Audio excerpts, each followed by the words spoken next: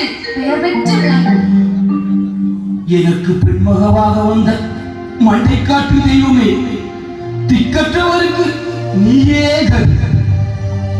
உன் திருநாமம் சொல்லி வருவோருக்கு உன் திருமுக தரிசனம் தந்து காத்து நிற்க வேண்டும் அம்மா.